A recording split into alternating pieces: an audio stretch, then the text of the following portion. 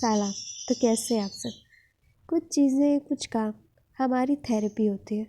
وہ اس طرح کام کرتی ہے کہ ہمیں ایسا لگتا ہے جیسے ہمارے اندر سکون اتر رہا ہو، ایسا لگتا ہے جیسے دن بھر کی بلکہ سالوں کی تھکاوٹ ختم ہو گئی ہو۔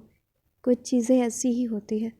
میں کہتی ہوں انسانوں سے زیادہ اگر ہم چیزوں یا پھر کام میں خود کو مصروف رکھیں تو بہتر ہے، کیونکہ اس دنیا میں کوئی بھی انسان ایسا نہیں جو آپ کے ساتھ ہمیشہ رہے یا جو ہمیشہ آپ کو سمجھے۔ اس لیے اپنے آپ کو مصروف رکھیں، پھر چاہے کوئی بھی کام ہو، چھوٹا ہو بڑا ہو، گھر کا ہو یا پھر کوئی پروفیشنل، کچھ بھی ہو، بس خود کو اور اپنی زندگی کو مصروف رکھیں۔ میں نے کبھی سنا تھا، کسی نے بولا تھا مجھے کہ زندگی میں کتنی مرضی پریشانیاں آ جائے لیکن بس یہ دعا کرو کہ جو وقت تم پہ آیا ہے خدا یہ وقت کسی کو نہ دکھائے۔ میں اکثر سوچتی تھی یہ انسان کتنا عظیم ہوگا جس نے تکلیف دیکھی اور پھر یہ دعا بھی کی کہ یہ وقت اس کے دشمن تک پر نہ آئے۔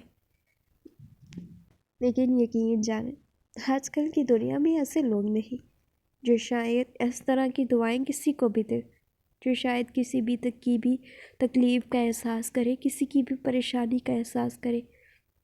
آج کل لوگ کہتے ہیں اگر ہم نے دیکھا ہے تو دوسرے پہ فرض ہے، اگر ہم نے آج روئے ہیں تو دوسرا ساری زندگی روئے اور روتا رہے۔ اب ہمیں کسی بھی انسان کی خوشی برداشت ہوتی نہیں، ہمیں کھانا ہضم ہو یا نہ ہو، لیکن یہ تو طے ہے کہ اب ہمیں کسی کی خوشی ہضم نہیں ہوتی۔ اب یہ تو طے ہے کہ ہمیں کسی کا ہنسنا ہضم نہیں ہوتا۔ اب یہ تو طے ہے کہ ہم کسی کی بھی خوشی میں خوش نہیں ہوتے۔ آج کا دور وہ سب کچھ لے گیا جو شاید پہلے کے دور میں موجود تھا۔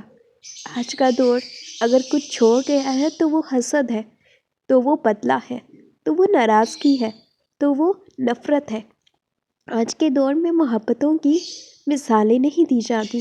آج کے دور میں اگر کسی کو کسی چیز کی مثال دی جائے اور وہ پختگی پر ہو اور اس پہ ایمان لے آیا جائے تو وہ صرف یہی ہے کہ کسی سے نفرت کرو تو انتہا کی کرو۔